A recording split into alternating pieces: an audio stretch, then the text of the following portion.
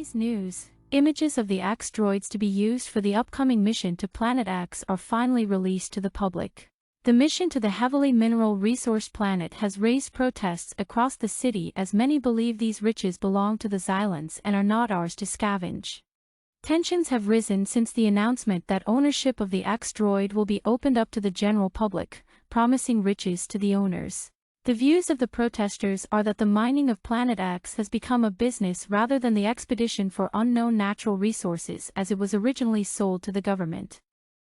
The giving away of Axe droids to the community participating in the Hunter XP challenge has been deemed inhumane. Thousands of participants are slaving away in the attempt to win their Axe droid for free before they go to market.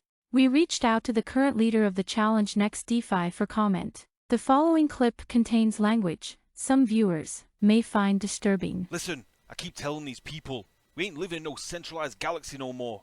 Planet X is a dog-eat-dog world, and I'm a fucking Doberman.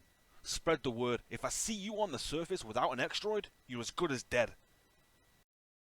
In related news, Obsidian Robotics, who have recently lost community moderator YC to Artifact and found themselves in hot water over failing to disclose all details in regards to the recent Shima malfunction. They have also been heavily linked to the upcoming expedition to Planet Axe. We reached out for a comment to which we received a cryptic reply of, "Everything is true. And everything is false. You decide which in this case."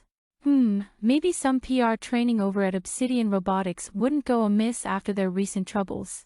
That's all from TNW News this evening, guys, and remember, you stay classy, fam.